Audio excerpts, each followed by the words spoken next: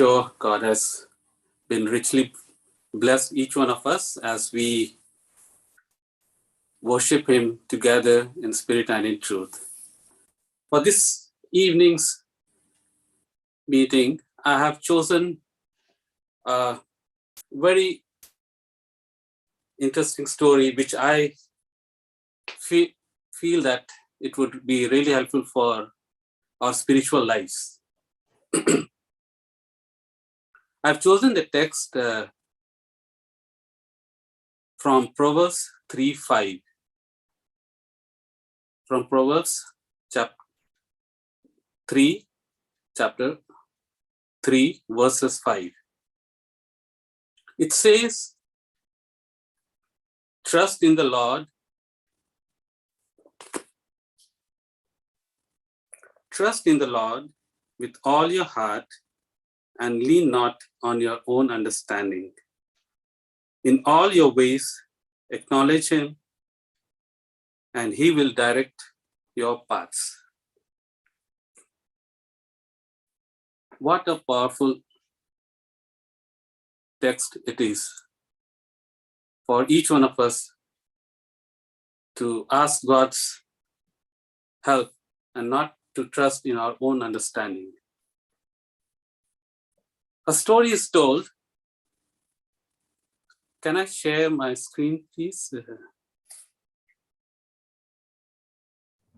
Sure, Uncle.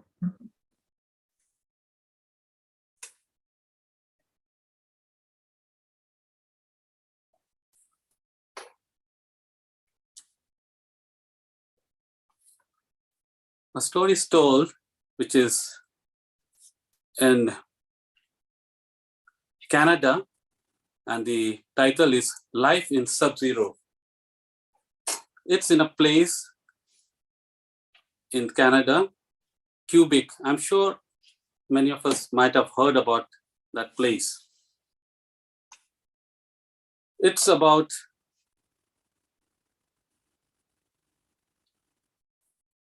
a father and a daughter. A father and a daughter. The father's name, this is a true story.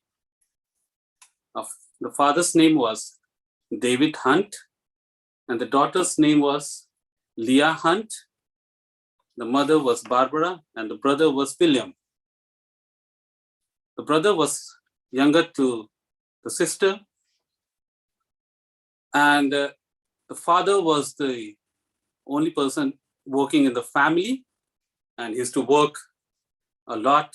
He had to work for the family. So he had promised his daughter that he's going to take her for a cross-country ride. And she was very excited for that opportunity. And both father and daughter, as planned, had got ready, and the day had come. But the day when they had planned out, it was snowing a lot, because they had definitely planned on a skidoo. I'm sure many of us might have seen the picture, that is this skidoo which they are riding on. It is the snowmobile, and both father and daughter were ready to go in it, and they started. Initially, the father had a doubt. He thought that I should postpone the trip because the weather seems to be quite strong because of the snow, and it could be dangerous. But his daughter said, no, I don't want to miss this opportunity, because she knew that father works most of the time, all throughout the year, and he doesn't have much time for his children. So her daughter did not want to miss that opportunity that her father had arranged for, and he had taken holiday. So they started moving on that skidoo, and as they moved, they had planned out for a cross-country right, for 700 kilometers, and it would take around 3 days trip. And in between, as they would travel, they would be stopping in the motel, which is the hotels that are there on the way when they go through the cross-country roads. So accordingly, they had planned, he had the map ready with him, and they started moving. As they moved on, they reached to a hotel, and that was their first stop. And you can see the father and daughter speaking to the hotel receptionist that they want to stay there, they want to halt for the night, and in the morning they'll again start the journey. But the daughter had a wish. She had a wish that she wanted a swimming pool, a hot swimming pool. But unfortunately, in that hotel, that facility was not available. So she spoke to the receptionists, both father and daughter. They said, no, because she wants a swimming pool also. She wants to go in the hot water swimming pool. So we would like to go further and go for that hotel.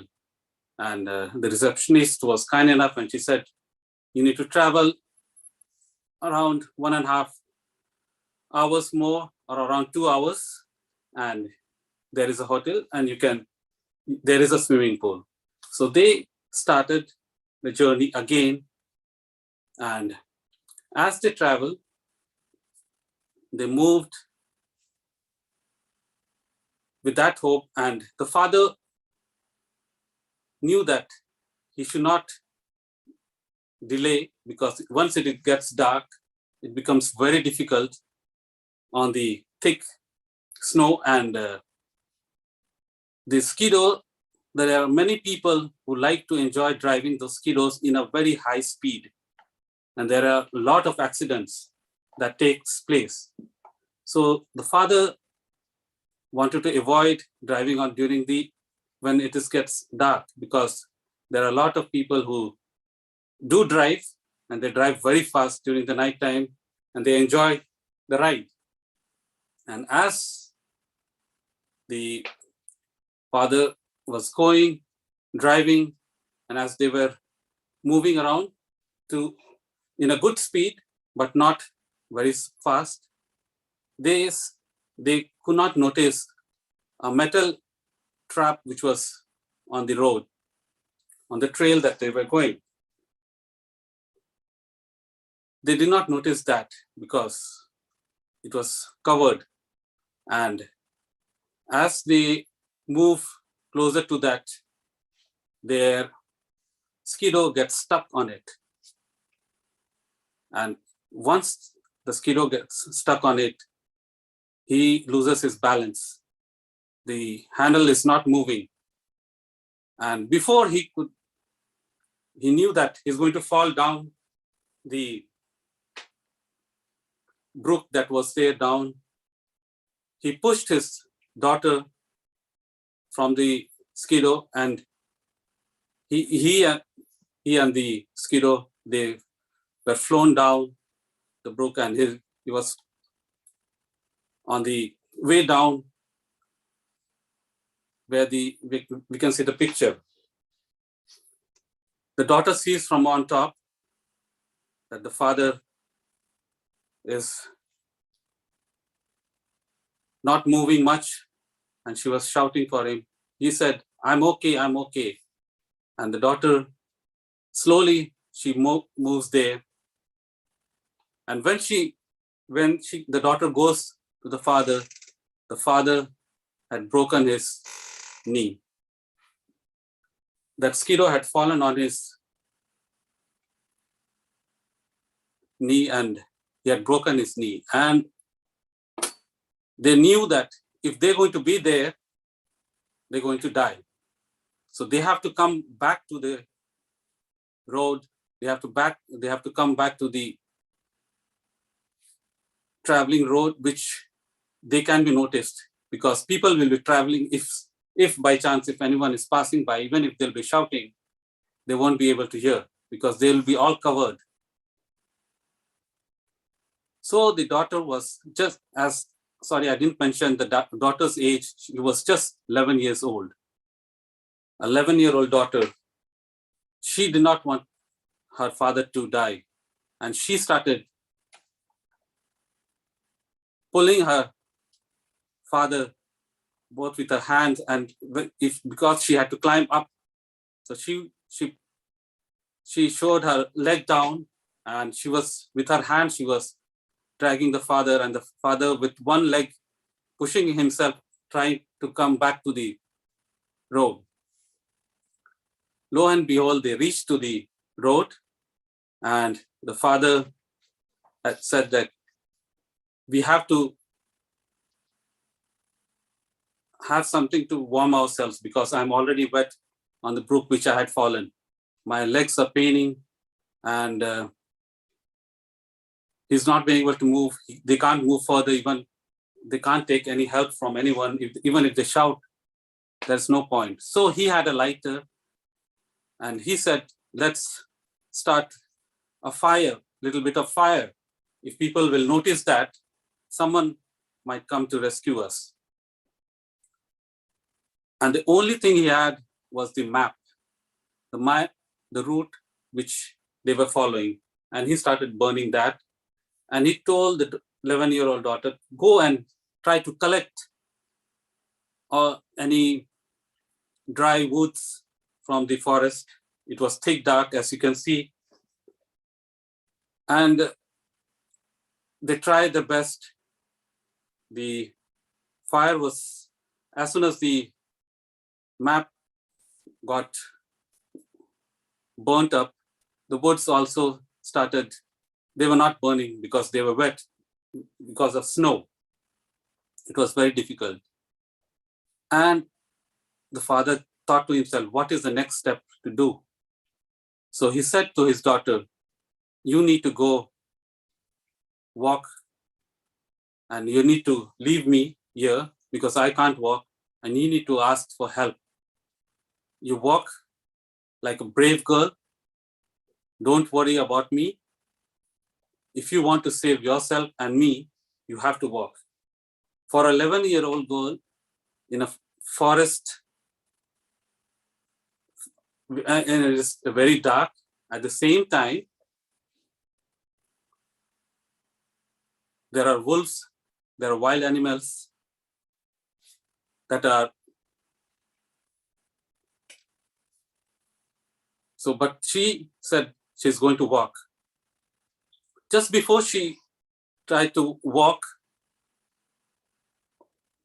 she thought to herself, like, if I fear I'm going to lose my life, and definitely my father, I can't carry him because he's a man and I'm just 11-year-old. It's impossible. So she said, I have to walk. And as she walks, she reached to a place where she can see from far distance some type of light is there. And that light, and she see a lake that was frozen.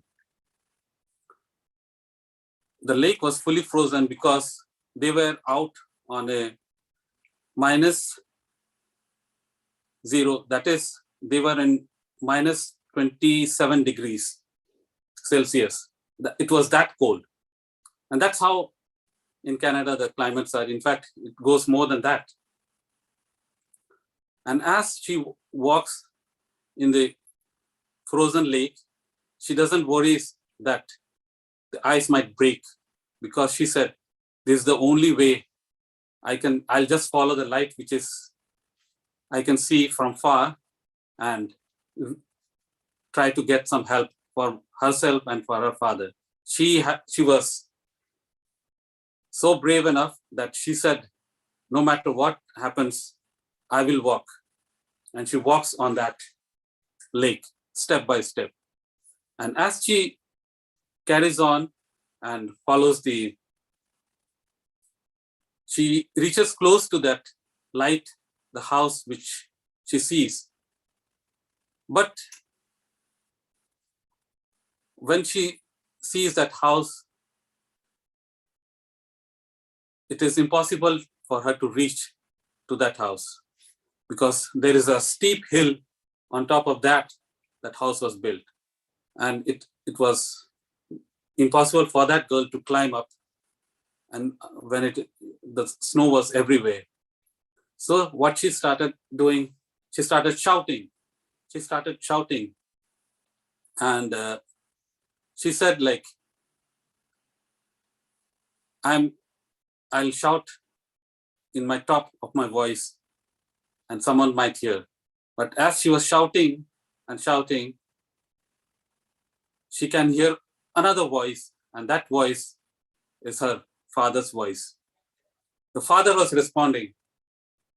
No one was there because though the father had broken his knee, he could hear her daughter that she is shouting for help. So he was worried for her, and he said, I'll be shouting. You just follow my shout back and return. And as she walks on that to the father back, the father is happy to see the daughter back after 3 hours, more than 3 hours, but she has not got any help. It was in the night time. There was hardly any hope left for them. Now, what is the next step to do? He thinks to himself, like, now, what I should do now? I have broken my leg. My daughter could not find any help. And how can I send her back in the dark, pitch dark night? The wolves are making noise. The wild animals are there. The snow is still snowing. So what he said, like, to the daughter, you go back down to the brook where the skidoo was broken down and get the remaining clothes that we have so that we can keep ourselves warm. So she tries to go back down there, and as she goes back down there, she put her feet goes inside, the ice breaks and her feet goes inside, and the water goes inside her. The frozen water goes inside her boots, and she could not reach to that where her belongings and her father's belongings were there, which was on the brook. She comes back again, and the father said to the daughter, don't give up. And we know that one after another, they were trying their level best. And the father knew that he's almost going to die. But he didn't want to tell the daughter because if he gives up, he knows that her daughter won't be able to find out the way out from there. So as the night passed by, the daughter and father both were there in the snow, and the daughter, her legs was frozen because her feet was on the water and it was completely frozen. So the father, he said to her, in the morning, you have to start walking and you need to ask for help, because the father was sweating from inside because of the broken bones that he had, his name was David Hunt. He was having the hypothermia, like because of the interbleeding that he was having. But he did not wanted to give up for his daughter Leah. He said, you have to walk in the dark, though it's early in the morning, but you need to start walking. And as you walk slowly, you will be able to find to the nearest town. And that's how we're going to save ourselves. And this is the second time the father said, you have to do on your own because there's no other way. And while he was trying, and he thought to himself, like he's going to also drag himself on the road. When he saw his daughter going away, he thought he's going to drag himself as much as he can. As he was trying to drag himself, and the pain was so much that he was unconscious, fell unconscious. And as time went by, he can see a light that is coming near to him. And he thought to himself whether he is dreaming or whether it is real, in real that the light is coming close to him. It was during the early in the morning. And that light was, lo and behold, came to him, close to him, and they rescued him. But he was shouting at that time about his daughter. He was saying that, you need to save my daughter. She's in the woods. She's in the woods. And they said, like, she has been already saved. She is the one who told us that my father is there. And we have already sent her to the hospital. He had a great sigh of relief. Within few hours, both father and daughter were in the hospital. And the father, they had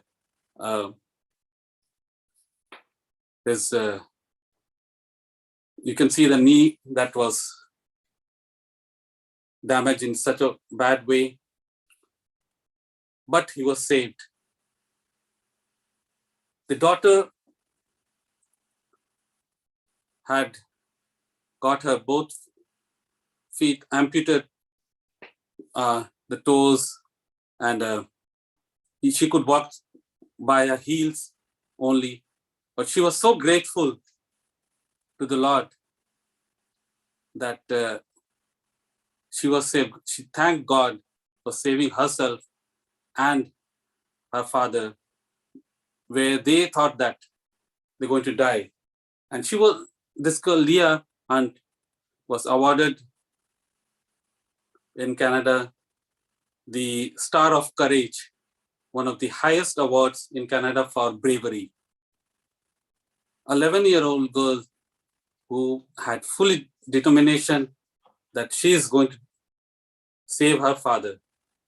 And that determination, in spite of her frozen toes and in spite of hurting herself, but she walked on that and she got help from the people, right people, and she saved herself and her father.